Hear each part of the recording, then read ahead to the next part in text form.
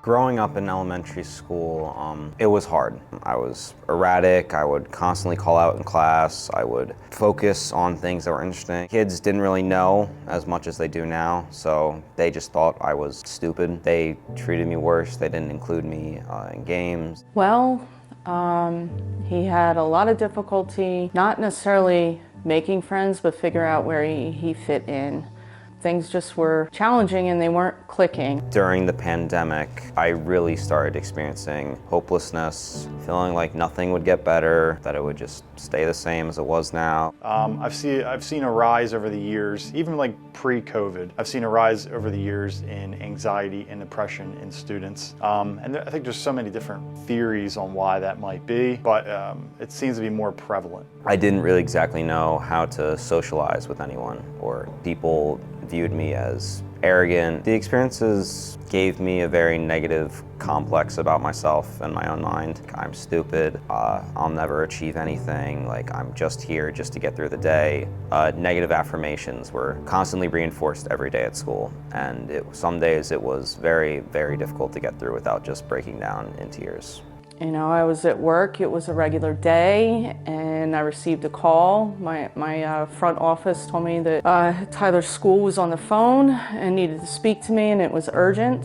It felt numb, almost, the conversation. I don't really remember a lot of it because I was so zoned out and just focused on what I was planning to do when I got home. I remember just going to the bathroom in my house, locking the door, turning the bathtub on, and just grabbing a razor and putting it on the side of the bath. I looked at it for a few solid minutes sitting in that, and I was like, this could very well be the last thing that I do. And then I just started thinking about my family, my sister, and then I started thinking about who would show up to my funeral. And I think this was kind of the point where I was like, I can't do it. I realized that not a lot of people would show up. And to me, that was one of the saddest thoughts that I had. Oddly enough, one of the most inspiring, because I sat down and I thought about it and I was like, I want people to be at my funeral. I want people that I've impacted to be at my funeral. If you could see the things, like I said, that he struggled with through grade school and all around, adults, kids, other parents, nobody really understood him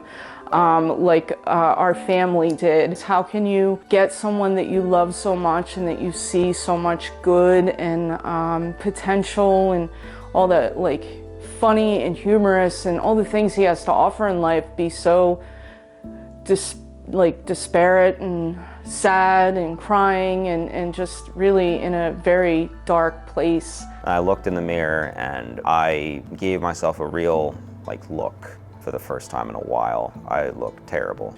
So we did everything we could to try and get him into the right hands. Fortunately, he did fight, but he finally was willing to go and accept some help. Started with therapy, it did not work out. Cycled through 5 different therapists over the course of the year. My 4th or 5th day of freshman year, I was scrolling on YouTube and I came across this video called 7 Steps to Fix Your Life, and it was by a creator named Hamza. That video may have single-handedly altered the course of my life. That video was kind of like my introduction to the self-development space and trying to fix your life the best way you can. To anyone who was in the same position that I was, it's a rough period. It's tough. It's a lonely chapter, and those times where you feel like you're all alone and no one's there for you, it's gonna suck. It's hard, it is relentless, it is exhausting, and it will eat you up, but it is so worth it. Conversations about suicide and awareness, a lot of things that, years ago were taboo to talk about. There's not much that's, as humans, we really can't speak of. Like, if we deal with it as humans, then we should be able to speak about it in some way or another. There's a time and a place to speak about things, but there shouldn't be things that are happening in our lives that we can't speak of.